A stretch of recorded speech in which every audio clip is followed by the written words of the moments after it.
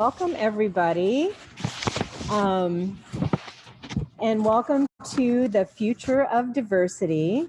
This is an exciting new program that's sponsored by La Spiga, where chefs of color from our community are invited to showcase their culinary talents and delicious foods from around the world.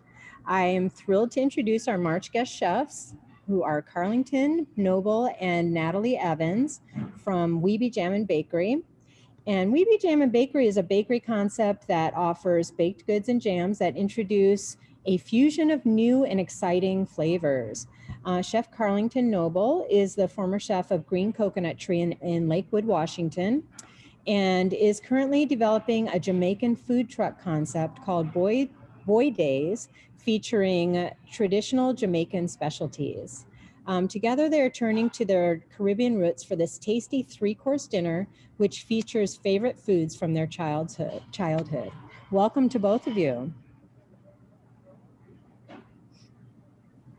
Thank you. Thank you. Yeah, welcome.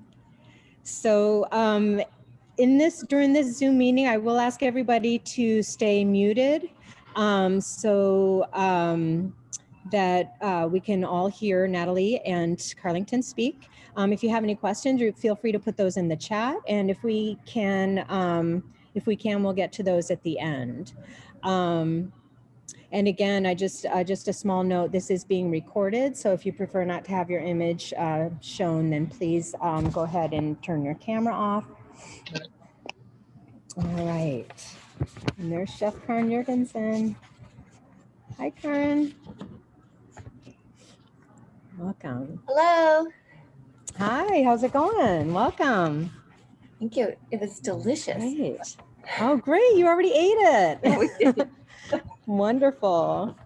So I wanted to start with Natalie. We're going to be talking about both chefs. I wanted to start with Natalie. So Natalie, you are an amazing pastry chef, and I know that because I've seen the pictures and gorgeous cakes, cookies, anything baked, just absolutely amazing. And I've had the pleasure of sampling some of your jams as well.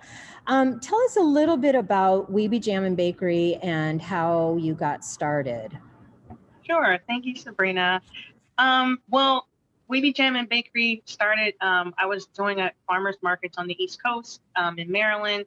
I serviced 3 of them, and it was just basically a bakery concept of selling jams and bread, artisan breads. And so, like I said, I serviced 3 of them. And also at the same time, I also took orders for making specialty cakes on the side.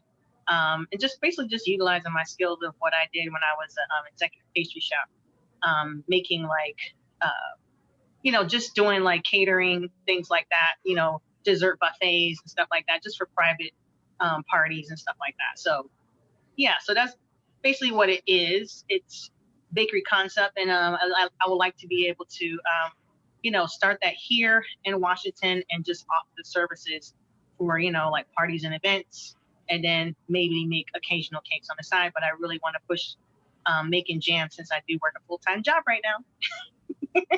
So jams is easy and it's fun, and I like building flavor profile. So I figure it's really Wonderful. A lot more fun with jams. Nice. And you mentioned also maybe doing individually packaged desserts. Yeah. So like, I guess like from doing a couple of fundraising type events, I've gotten a few business opportunities to do some packaged items for like volunteer. People want to appreciate their volunteers, so they'll call me up and say, hey, can you make us some bakery goods that we can just, give as an appreciation gift to our volunteers. So yeah, I'll do things like cookies and bars, or, truffles, or macaroons, like, the French macaroon, just a variety of things. I have a lot of range, so I really have to scale down a lot. You do have a lot of range. I've seen the pictures, trust me, gorgeous work. Thank you. Congratulations. So Carlington, you grew up in Jamaica. Yes. What was it like growing up there? Your accent betrays you, by the way. You will all get to witness the beautiful accent that Carlington has. So I want to know what it was like growing up in Jamaica, and also what led you to the food industry? Well, you know, as you know, I grew up in Jamaica. So I grew up in a place called St. Catherine. That's the biggest parish in Jamaica. I grew up with my grandparents, and we do a lot of farming, you know.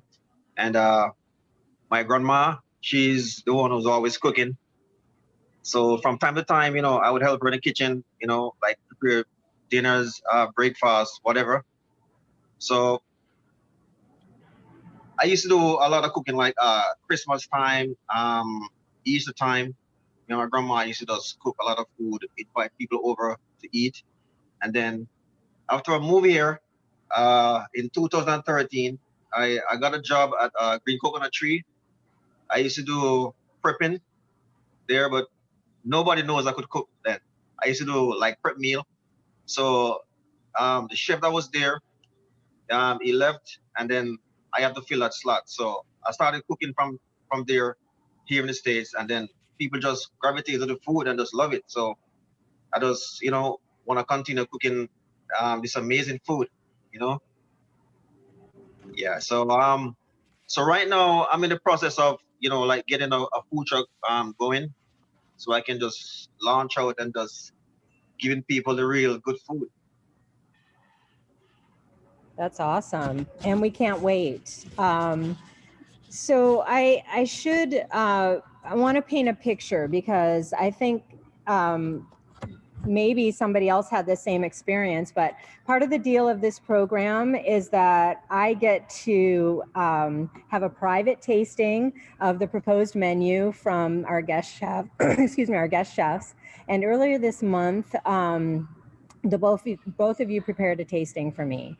And it was a day when I got in super early into the restaurant, and I had been working all morning with my son and another staff member, and I was starving by the time you guys came.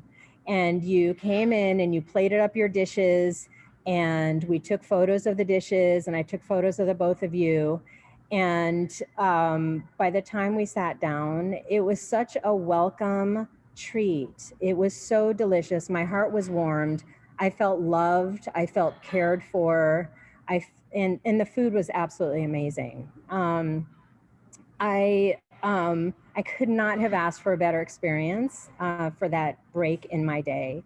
Natalie, I'm curious, how does that make you feel? And I'm curious why you guys chose to do your event on a Sunday. Well, that your experience makes me feel like you know, appreciated, and also like, you know, just like respect for who I am or who we are, where we come from, and the food. So yeah, it just really makes me feel teary-eyed too. But we chose to do our meal on a Sunday because normally in the Caribbean, and also those that have migrated here to the U.S., Sunday is for, you know, people of color, period. Sunday is a gathering. It's a moment of, you know, where everyone rests. You have a special meal, and what we created for you guys is something that we would partake in on a Sunday after church, or, you know, like I was telling you earlier, Sabrina, or maybe somebody else, but I was saying that like when I was visiting my father, and his brother would like make these type of meals on Sunday morning, and it would be Sunday morning, and I would like smell this food, and then I would literally just get out from my bed and go straight to the dinner table, and it'd be like 10 or 11 o'clock in the morning, and I'm having this kind of food. So, and, you know, it's best to have like really good food after you slept. So yeah, and Sundays it's just special, and this is the time we have to, you know, create the special foods. You know, every day during the week, you know, people are dieting, having salads, all that stuff. But then, you know, if you want to really just, you know, have a cheat day, this is what we do.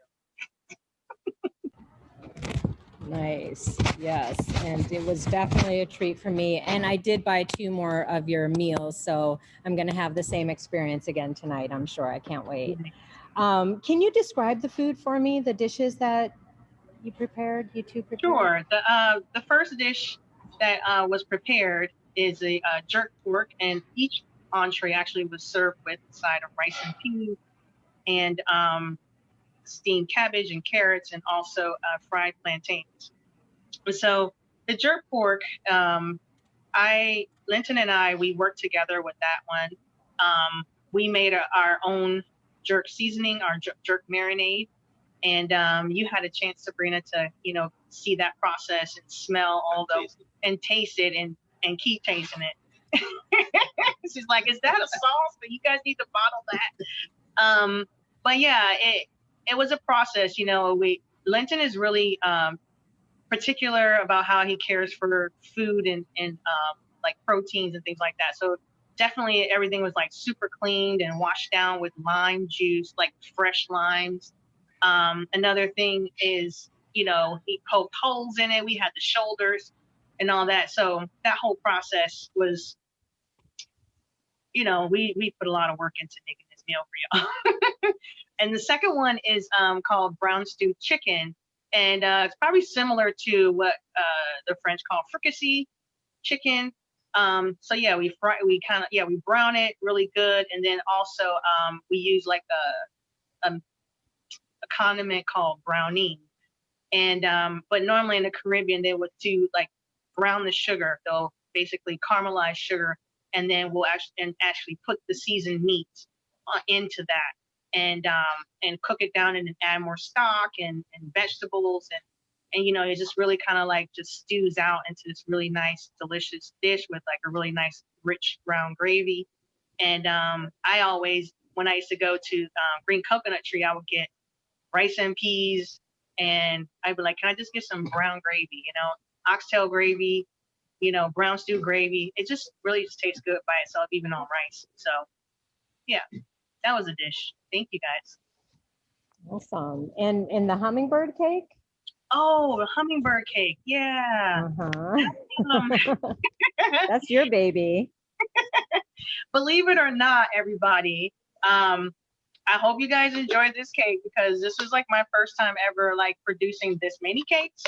And Sabrina, when I served it to you, that was my very first time ever making it. I've always wanted to make this cake. I never even have tasted it before until you and I and Linton and your son had enjoyed it together. So I really like this recipe, and I really hope that everybody enjoys like what my idea is of hummingbird cake. It's delicious. I love pineapples. I love the bananas, and then I did it with pecans and walnuts, and I caramelized them, and then look, I put bourbon in there, everything. So. And that's pretty traditional, right? Hummingbird cake? Yeah, it's well, not really. It's not really our traditional cake, but I thought it would be something nice to offer during the springtime, early spring. Normally our traditional cake is black rum cake.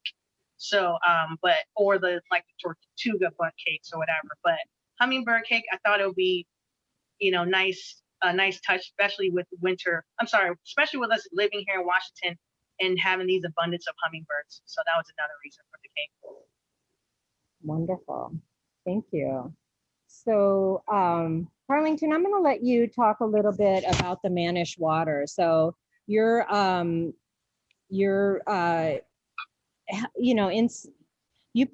a lot to the table in terms of all the meats, all the you did the peas and rice, and the Manish water as well, which is a very traditional soup. I'll let you talk about it. But also, here's a picture of the vegetables, a lot of the vegetables that went into it, some of which I haven't even seen before. Can you talk to us a little bit about your process, about these vegetables and then the process? Okay, so the first process is we get the goat head, or the goat belly, or the goat foot, or some beef tripe, and we break it down. We chop it up, we clean it up, and then what I do, I soak the meat in lemon water to get that blood out. Soak it for like a half an hour. Then I wash like twice to get all that blood out. So then I put the meat in a pot.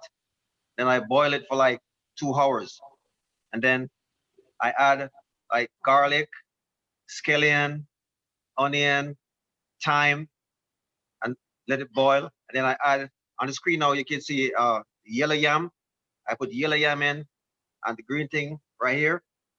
We call it chocho back home, but here they call it what? Chayote. Chayote. So add all that, and to the left of that, sorry, to the right, that's cocoa. We add that to it as well, and then at the back we have turnip, and then we have green banana. So we peel all that, we chop it up, throw it inside with carrots, dasheen, and we add noodles to it, salt, black pepper to enhance the flavor. Yeah, we have habanero inside of it, and we add pimento berries, and we just boil it all together and just make it happen. Yeah. Tell them about the So this leaf thing right here, that's called pimento leaf, or allspice berry leaves. I brought those from Jamaica. It's pretty good. It can go inside any kind of meat you're cooking, beef, chicken, pork, you name it. There's a sliver piece in it, and it enhances the flavor and let it taste real good. So interesting. And what are these back here? Those are ripe plantain. And they're super ripe. Is that what they're supposed to look like when they're ready? Yes, or darker than that. Okay. Yep. Great. And I smelled the leaves last night, and they're very fragrant.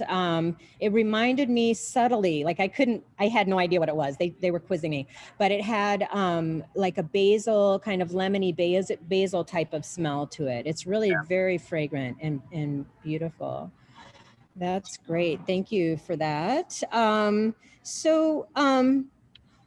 guess I'm curious now about what's in your future. So what would you like our guests to know about, what's in your future, what you're working on, what projects, what concepts you're developing at the moment, and how they can best support you? Well, we talked quite a bit about that. Actually, that's not what I want to talk about. I'm going to pivot. I was looking at my notes. I cheated. So I'm going to pivot, and I want to talk about your journey, about sourcing these ingredients, and your journey and your adventure bringing this whole meal together. So if somebody wanted to recreate this menu, how could they find those ingredients? Well, yes, this was an adventure, and this is an adventure that we take pretty often because, we always miss home, and these are, what you showed in the picture there on the sheet pan there, those are our first foods. Every culture has their first food. So those are our first foods. And a lot of those items are imported. And so there is an international market in Federal Way. Yeah, Federal Way, called Valley Harvest.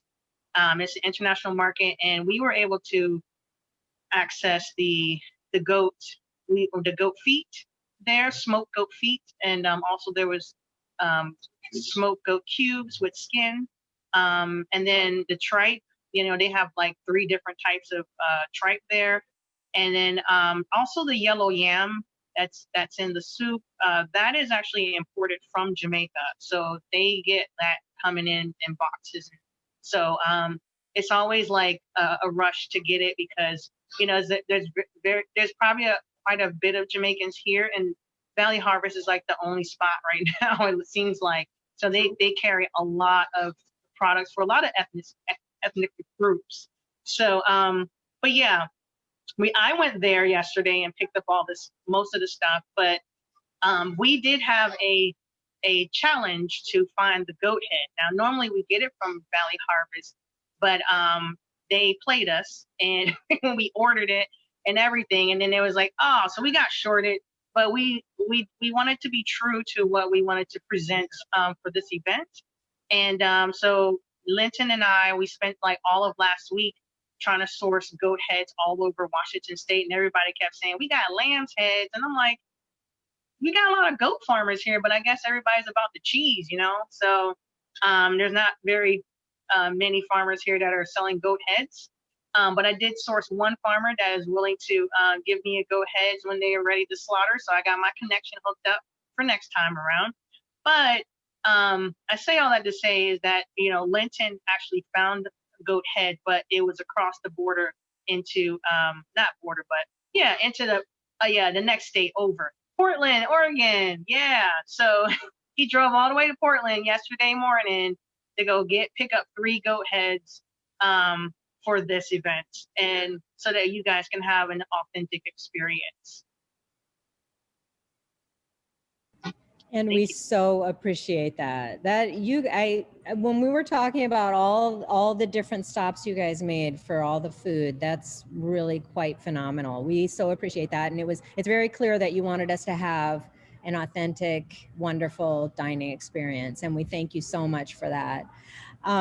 So we are close to the end of our discussion, and I wanted to review the chat. So okay. Oh, so somebody wanted to hear about the jams that they bought. So you made 2 different jams that were available. Can you tell us about the jams real quick?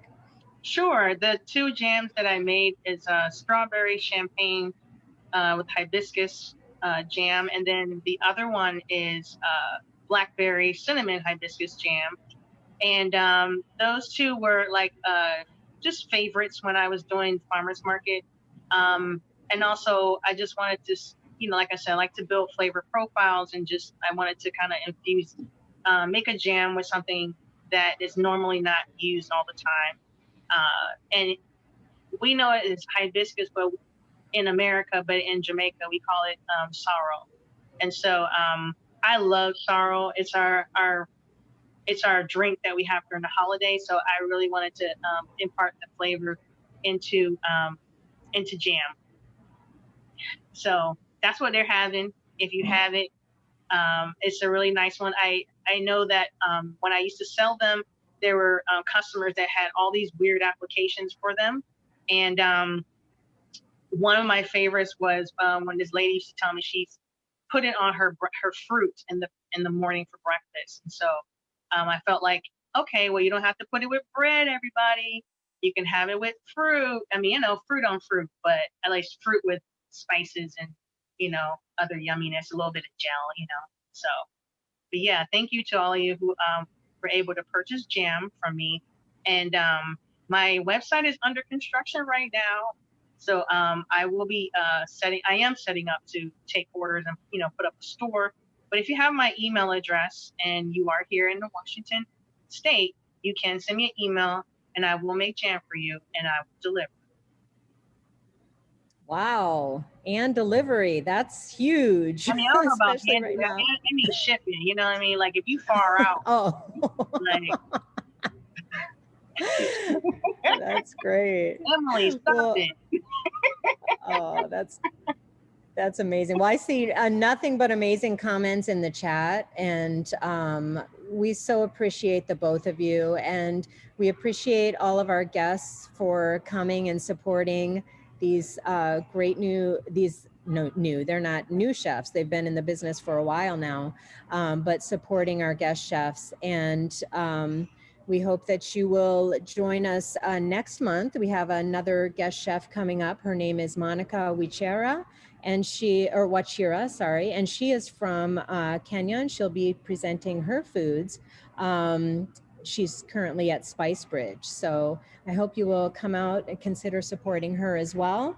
And if there are there any questions anyway does anybody want to unmute? I think we have another minute if somebody wants to ask a question. Yes, Craig has a question. Yeah, I've been thinking about this. So with everything that's happened with COVID and the way that Sabrina, you have taken on kind of a challenge to do pop-ups to better promote people to come in and do their food out of your restaurant, which is super awesome. How do you think when we come out on the other end of this, how do you think the restaurant, not like the civilian community, but the restaurant community, I was talking to Emily a little bit earlier about it. It almost feels like we're going to come out stronger on the other end because of the relationships that we've made and some of the bridges that we've built over this. What do you think about that? I have to agree. I mean, I think everybody is in a different place as far as their, restaurant is concerned. There's no two stories that are the same, but for sure, those of us who are fortunate enough to come out the other end will definitely be stronger. And we have been coming together as a community to help support each other and to help support the community at large. So I would have to agree 100% with you, Craig.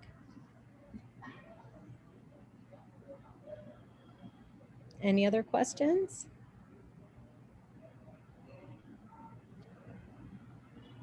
All right. Oh, Karen has a question. Oh, good. Somebody has a question. Go ahead. Okay. Always the teachers with the questions. So I was wondering, I missed what Carlington is doing. Are you trying to open a place, or are you putting together? Well, I'm trying to get a food truck. Yeah, I'm trying to get a food truck so I can start my own little business, Jamaican food. Great. Yeah. So I'm in the process now of, getting things started. And so how will we find out how you're doing with it?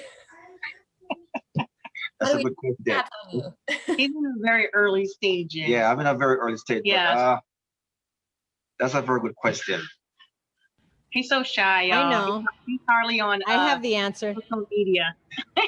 Go ahead. I know how you'll find it because he has a unique name for his truck, and it's called Boy. I can't even remember it. I don't have my cheat sheet in front of me. What is it called? Boy Days. No. Boy Days. But it has a unique spelling. So tell me, and I'll put it in the chat. B-O-Y. B-W-O-Y. W. Okay. B-W-O-Y. D-A-Y-Z-Z. D-A-Y-Z. Okay, let me see. I'm going to put that in the chat. And if you see this, because what does that mean? I mean, does it mean what it sounds like? Yeah. Boy Days? Boy Days, yeah. Yeah, I like the spelling. So that's one, I think that's one way we'll be able to track you down. We'll just keep Googling it until it's a reality. Sure. You can follow him on Instagram. That's his yeah, that's his my tag. IG. Yeah. Boy Days. There. Yeah. So I see some people digging in. I mean, I have one question. I just want to know, like, what was anybody's favorite, or just, I know people keep saying it's delicious, but anything specific stands out for any of you?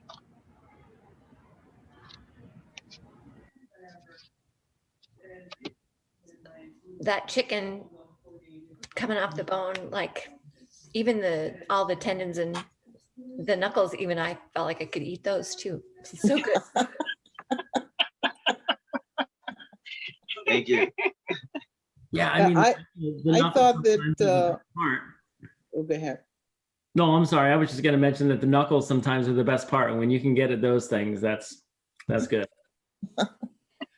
Yeah, I found everything to be very, very flavorful, and the flavor combination was very unique and different, very pleasing to the palate. I bought both entrees because I wanted to try them. I had never had Jamaican flavors before, and I was totally intrigued by the love and all the attentiveness that you guys have put into those meals.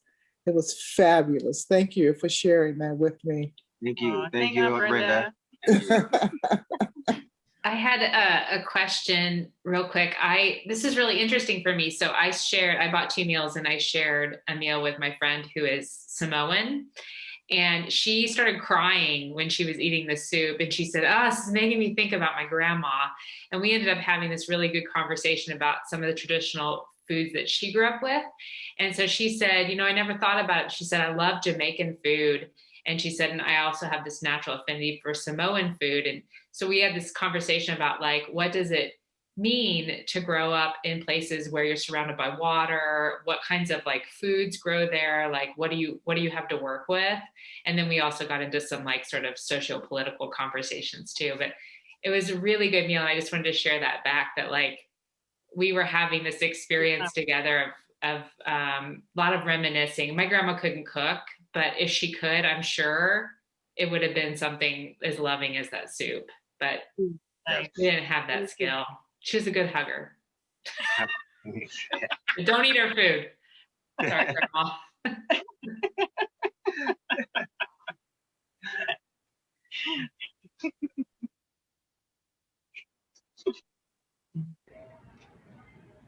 That's great. That seems like no one else has any comments.